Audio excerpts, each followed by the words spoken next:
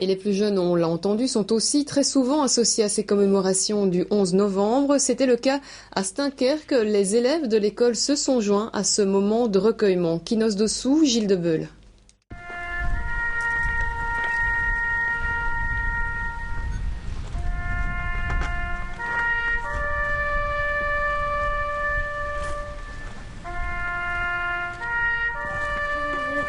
Que cela se reproduise. Mais la guerre, au fait, à quoi ça sert? À part perdre notre entourage.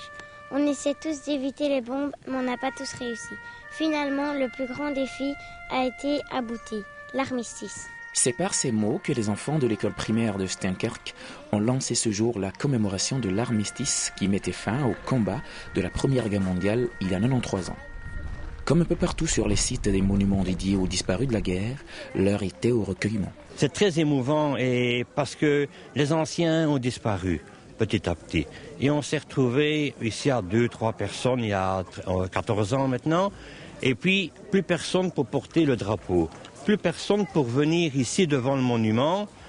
Et puis, le drapeau étant chez moi, pour pas être un ancien combattant, je me dis c'est mon devoir de mémoire de maintenir ce souvenir et pour que ça ne s'oublie pas, de maintenir ça. Et donc petit à petit, j'ai essayé de recontacter les anciens, les descendants.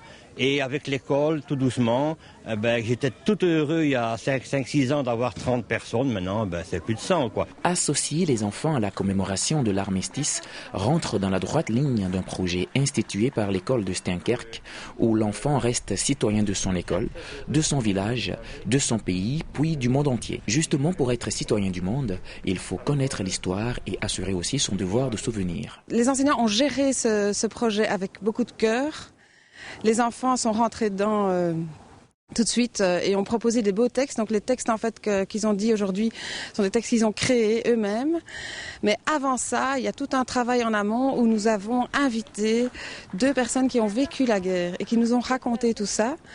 Et ça, c'était vraiment très prenant. On a écouté donc César, un des villageois de Steinkerque qui a été résistant et son témoignage était vraiment émouvant.